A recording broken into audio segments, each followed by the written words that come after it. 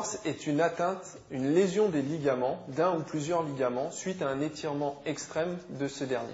L'entorse peut arriver par un choc direct, lors d'un contact avec un adversaire par exemple, ou lorsque le pied retombe sur une surface inadéquate, ou alors lorsque le pied est bloqué sur un changement d'appui, par exemple au basket ou au tennis. L'entorse va toucher toutes les articulations puisque les ligaments renforcent l'articulation, donc ça pourrait être au niveau du genou, au niveau de l'épaule, au niveau du poignet, mais l'entorse la plus fréquente est l'entorse de cheville avec 6000 cas recensés par jour en France, qui fait d'elle une pathologie qui n'est pas à négliger.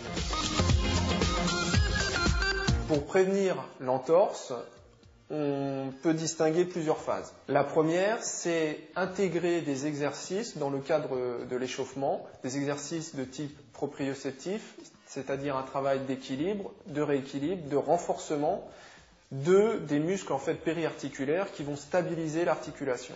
Autrement, on peut réaliser des séances spécifiques d'entraînement qui vont s'articuler uniquement autour du thème rééquilibre, équilibre, proprioception. On pourra utiliser ensuite, dans un but de prévention, le strapping, dans le but de solidariser les articulations et d'avoir un retour proprioceptif afin d'augmenter la vigilance sur l'articulation visée. Enfin, un troisième moyen serait de développer ce qu'on appelle des mécanismes de compensation, c'est-à-dire que quand vous sentez que votre cheville va partir, au lieu de résister, il faut accompagner le mouvement et par une chute éventuelle, mais c'est ce qu'on appelle des mécanismes de compensation.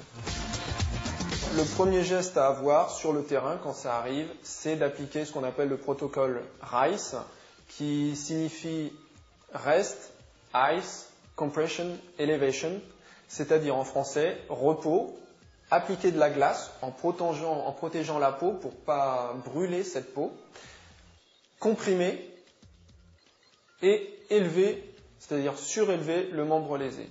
Dans un second temps, il faudra absolument consulter un médecin pour parfaire le diagnostic médical. Après, le médecin pourra éventuellement prescrire des séances de massokinésithérapie, des séances de rééducation, pour ne pas justement tomber dans la récidive d'entorse, la répétition d'entorse. Dans le cadre de la rééducation, on s'attachera dans un premier temps à lutter contre les phénomènes inflammation, douleur, œdème. Il faut savoir que les délais de cicatrisation ligamentaire sont de l'ordre de 45 jours. Pour cela, généralement, on double les délais de cicatrisation pour la reprise du sport. Donc on est aux alentours de 90 jours.